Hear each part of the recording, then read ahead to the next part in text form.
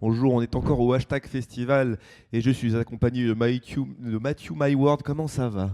Bah, ça va très très bien, je suis trop heureux d'être là. Ah, c'est la, Franchement, c'est la première fois pour toi le hashtag? oui, c'est la première fois et franchement, bah, pour une première, ça se passe plutôt bien. Ah bah nickel, mais c'est pas la première convention que tu fais par contre. Non, non, non, ça, en ce moment, j'enchaîne un petit peu, mais c'est la première fois à Bourg-en-Bresse et je m'attendais pas à un public aussi enflammé, Ah ouais? à des gens aussi passionnés. Vraiment, j'adore. Bah, on en parlait justement tout à l'heure de la culture coréenne qui est bien présente. Alors toi, pour remettre un peu dans le contexte, tu es un chanteur, un danseur de K-pop. Est-ce que tu peux nous en dire un peu plus du coup? Oui, bien sûr. Bah, du coup, en premier lieu, j'ai commencé sur les réseaux sociaux en tant qu'un petit peu humoristique. Je faisais des sketchs sur les K-pop stans qui sont les fans de K-pop. Parce qu'on a beaucoup de choses à raconter. On est très marrant, je pense. Surtout dans certaines situations. Et j'ai toujours été un artiste aussi, chanteur et danseur. Et j'ai commencé à transformer tout ça à partir de janvier, où j'ai commencé à faire des vraies scènes. Donc, je faisais de la cover.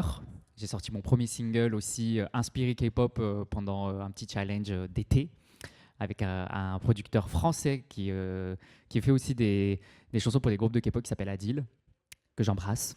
Et du coup, bah, je me suis lancé et voilà, aujourd'hui, je fais des belles petites performances, je suis trop content, je m'éclate.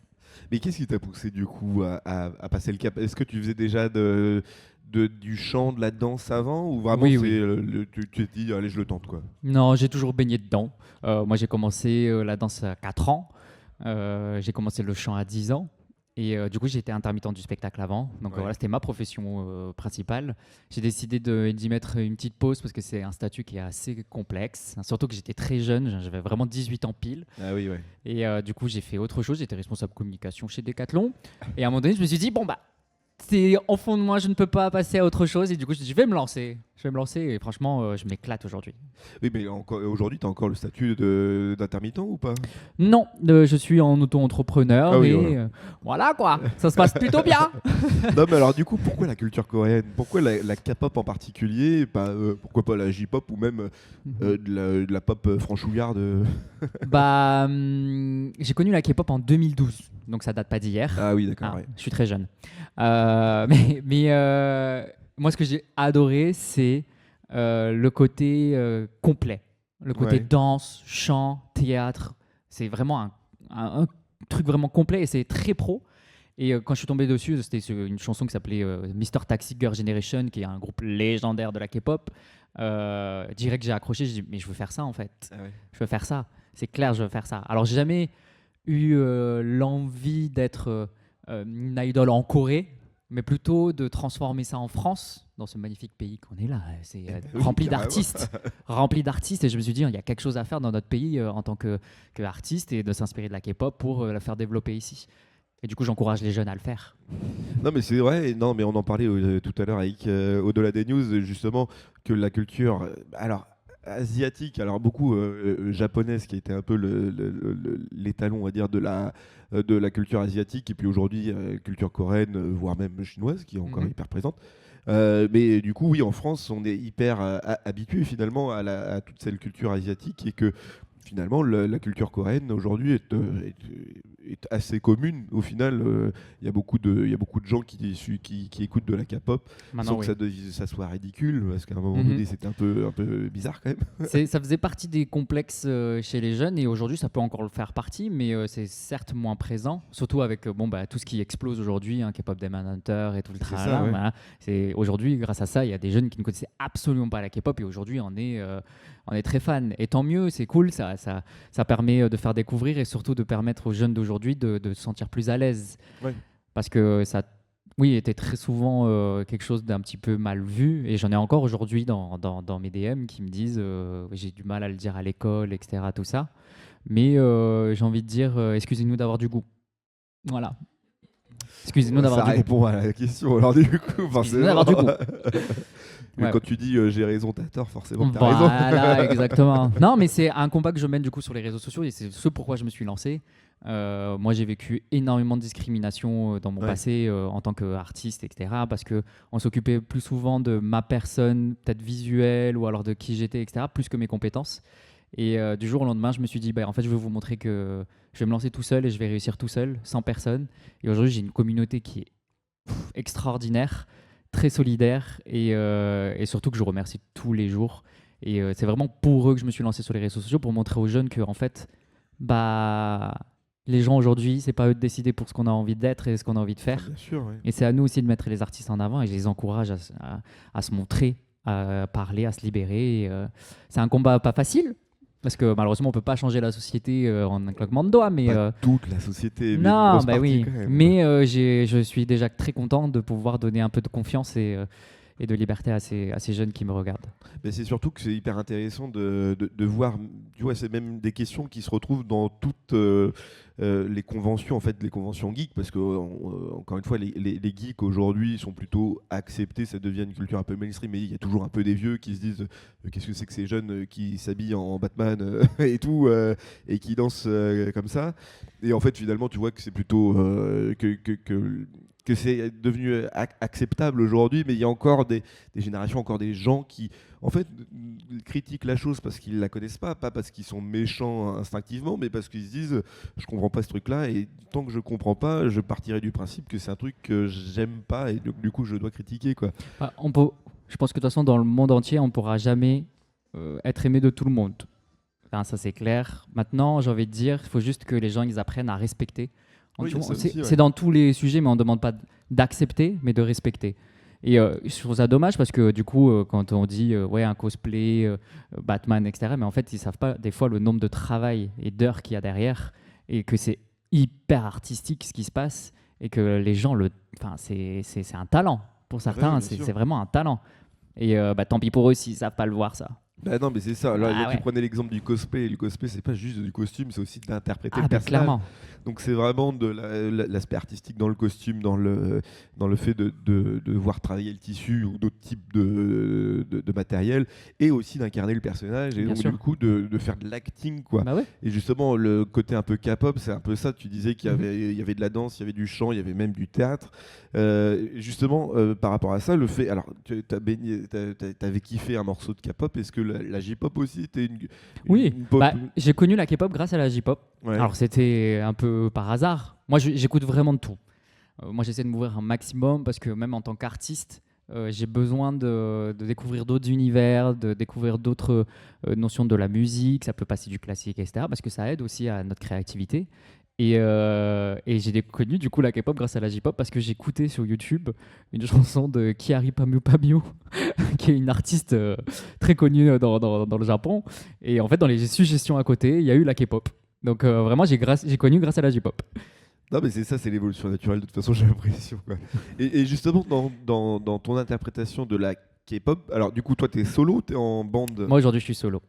Et justement, alors je crois que c'est quand même plutôt une spécificité d'être solo pour de la K-pop. Généralement, c'est plutôt des bandes ou. C'est ça, exactement. Bah oui, il existe des solos, mais c'est très rare, entre guillemets. Le plus souvent, les solos, c'est des membres d'un groupe qui sortent un petit solo, etc. Ouais. Mais qui sont, enfin, c'est peu récent. Maintenant, aujourd'hui, j'ai l'idée vraiment précise de ce que j'ai envie de faire et d'adhérer à un groupe sur une DA auquel je ne veux pas déroger et surtout qui est bah, très entre guillemets, voilà, moi aujourd'hui je veux représenter toutes les discriminations qu'il y a dans le monde, que ce soit qu'on passe par le racisme, que ce soit l'homophobie, etc. Tout ça.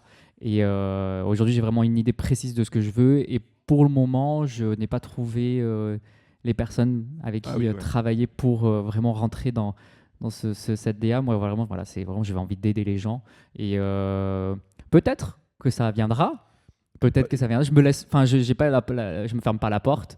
Mais aujourd'hui, en tant que soliste, je m'éclate super bien. Enfin, je fais ce que j'ai Ouais. envie de faire. Et par contre, après, oui, j'ai un crew de danse qui m'accompagne, danseurs. Ils sont 4 que j'ai créé il y a pas longtemps, qui s'appelle les MN Squad. Et voilà, eux, ils m'accompagnent sur toutes mes performances et je m'éclate énormément avec eux. Et justement, alors du coup, comme tu fais de la K-pop, est-ce que tu rajoutes un peu un côté français, ou tu es vraiment sur du full K-pop Sur mes prestations, full K-pop.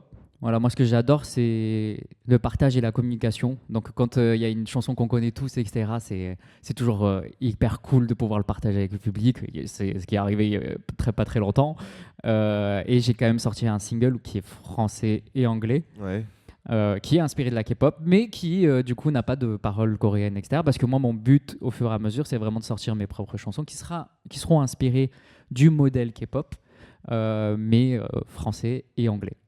Et là, tu parlais un peu de discrimination et de justement d'ouvrir un peu les gens qui ne connaissent pas à la discrimination et à l'ouverture un peu d'esprit. Est-ce que pour toi, la K-pop est un porte-étendard qui est un bon exemple justement pour ouvrir à ces problématiques-là? Je ne sais pas si c'est réellement la solution. En tout cas, pour moi, c'est aujourd'hui l'objet que j'utilise pour essayer de faire passer ce message. Mais en tout cas, je sais que la K-pop a aidé beaucoup de monde. Pour beaucoup, c'est juste de la musique. Pour d'autres, c'est bien plus que ça. Parce que derrière, il y a des personnes, il y a des groupes. Et parfois, les groupes ont des messages hyper importants et rassurants pour les jeunes qui les écoutent. Et c'est génial. Hein. Il y a eu beaucoup de collaborations avec que ce soit des associations que ce soit françaises, coréennes, etc. Et j'ai eu déjà des messages du style la K-pop, ça m'a parfois même sauvé la vie. Ah oui, Parce ouais. que ça a été on a un aspect très communautaire. On s'aide énormément et on a cette chance de ne pas avoir trop de mauvais esprits dans cette communauté. Et du coup, il y a beaucoup de solidarité. Et ça, c'est génial. Du coup, moi, je suis très content de ça parce que c'est l'objectif qui est de nous donner confiance entre nous. Ouais, bien sûr, ouais, je comprends le truc. Du coup, on peut te retrouver sur les réseaux sociaux, sur Instagram. Est-ce que tu as une chaîne YouTube où Oui. où tu proposes Je suis sur les tes clips? trois. Je suis sur TikTok, Instagram et ça s'appelle Matthew Mauer, du coup, et sur YouTube aussi. Et ouais, je fais des petits contenus encore humoristiques, chant, danse, je mélange un peu de tout. Et surtout des contenus qui donnent confiance, j'espère, à Ouais. ceux qui regardent. C'est ton fer de lance, quoi, de la confiance Exactement. et le respect au final. Exactement. Et parfois, j'espère pouvoir éduquer certaines personnes et leur ouvrir un peu les yeux en mode non, mais ça, c'est pas cool. Ouais. Il faudrait que tu t'engages comme ça. Moi aussi, je me fais. Ce qui est génial, hein, c'est qu'à travers ces réseaux sociaux aussi, je me fais éduquer sur certains sujets. Mm. Voilà, parce qu'on peut pas tout savoir. On peut pas être la bienveillance incarnée. Et ça, j'adore. Parce que du coup, je me dis ah ouais, punaise, j'avais jamais pensé. Et ça rend même meilleure personne. Ouais, ouais, dès que tu as l'ouverture d'esprit, de toute façon, tu te poses des questions sur plein de sujets. Et justement, comme je disais, c'est pas tellement le côté. C'est pas que les gens sont naturellement méchants, c'est que les gens ne savent pas. Donc, du coup, dès que tu apprends plein de trucs, tu comprends le principe des Mhm. choses et que. Exactement. Voilà, si le gars fait de la K-pop ou fait d'autres choix dans sa vie, c'est qu'il a ses raisons et que. Et qu'il faut juste respecter. Et voilà, et qu'il faut juste respecter, mais le fait d'en parler aussi, c'est le genre de choses qui permet d'éduquer aussi et de mieux comprendre Totalement. la philosophie des gens aussi à un moment donné, Totalement. quoi. Ouais, on me l'a déjà sorti, on m'a dit, en fait, depuis que je te suis, il y a des trucs que je faisais que je trouvais ça normal. Ouais. Et là maintenant, je me dis, oula, ouais, non, je suis un peu peut-être borderline, c'est pas ouf ce que je fais. Ou alors d'autres, j'ai donné l'envie de se lancer. Ça, c'est ma plus grosse réussite. Quand on me dit, ça y est, j'ai sorti ma première vidéo, c'est rien pour Ah nous. oui, ouais. J'ai sorti ma première vidéo sur les réseaux sociaux, j'attendais que ça, nanana, mais en fait, c'est une grosse réussite. Et puis tous les messages qu'il y a derrière quand je le repartage, je pense que ça fait du bien. Ça fait du Non bien. mais, ouais, non, mais c'est cool en tout cas que tu puisses proposer ce type de contenu et de faire évoluer les pensées. Alors, sur une communauté plutôt K-pop et plutôt jeune, mais ça reste toujours, encore une fois, Mais la jeunesse, c'est l'avenir. Hein. c'est ça, la jeunesse, c'est l'avenir. Mais encore une fois, j'ai l'impression que la jeunesse aujourd'hui, bon, j'en parle de la jeunesse aujourd'hui parce que ça donne l'impression que je suis vieux, mais absolument pas, ça va. Ouais, mais en tout cas, oui, la jeunesse aujourd'hui, de, de, de, de ce que je peux voir et des entretiens que je peux avoir avec les jeunes, c'est-à-dire ceux des années 2000, quoi, en gros. Ils sont plutôt dans l'ouverture d'esprit et en vrai, Oui. ils sont plutôt dans cette logique de la liberté et en fait, finalement, le côté curieux. Le fait Oui. qu'il y ait Internet, forcément, ça a aidé à appréhender et à avoir une source de connaissances ultime, donc du coup, Totalement. de mieux comprendre les choses, quoi. Mais on a un très grand rôle en tant que créateur de contenu, nous, Bah ouais. parce qu'aujourd'hui, on est énormément regardé, que ce soit sur la K-pop ou non. Et ce que j'adore, c'est vraiment les parents, quand ils s'en rendent compte, qu'ils disent merci vraiment du travail. Là, tu te dis, bon, ce que je fais, c'est cool. C'est-à-dire Ouais. que je bosse pour quelque chose de réel et ça fonctionne. Parce que bon, si j'avais pas de retour, je serais un peu triste. Je me dirais, bon, ok, il faut peut-être que je change un peu. Mais quand des parents viennent me dire merci et tout, vraiment, ma fille, elle se sent beaucoup mieux. Mon fils, il commence à danser, etc. Vraiment, c'est là le plaisir. Il est là le plaisir, en fait. Moi, c'est mon remerciement. Ouais. Ça fait toujours plaisir, c'est clair. Ah bah oui, prenez soin de vos enfants. Exactement. Et ben merci beaucoup en tout cas d'être Merci. venu sur le plateau, de nous avoir parlé un peu de ce que tu fais et des envies et tes ambitions qui sont vraiment très très cool. Nous on fait une petite pause et à tout de suite. Au revoir.